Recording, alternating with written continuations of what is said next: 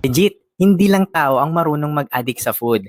Pati si Muning ko, obsessed sa amoy pa lang. Kaya naman, kung picky eater din yung pusa nyo, ito na talaga yung life hack nyo. Nung una nga, akala ko magtatampo na naman si Muning sa dry food. Pero nung naamoy niya pa lang itong si Petlicious Freeze Crunch, biglang boom! Lapit agad sa bowl. Naamoy pa lang ni Muning, hindi na siya nagdalawang isip kainin ito. Kasi hello, may freeze-dried toppers ng real salmon at tuna. Kaya every bite, super flavorful at packed with natural nutrients. Hindi lang siya basta dried food, may real taste at real nutrition pa. Totoo, ang crunchy texture, panalo sa teeth health nila habang kumakain, parang laging naglilinis na rin ng ngipin nila. Plus, may essential nutrients for digestion at energy, kaya busog at active si kitty mo buong araw. Totoo, yung packaging pa, 1 kilogram in every pack, perfect for daily cravings ng alaga mo. Kaya naman promise ko sa'yo, never ko pang nakita si Muning na ganito ka-excited kumain. Parang may own food commercial siya sa bahay. Paano ka ba naman makakabili nito? Huwag kang mag-alala dahil nilagay ko to sa aking yellow basket. Basta mag-follow ka muna sa akin.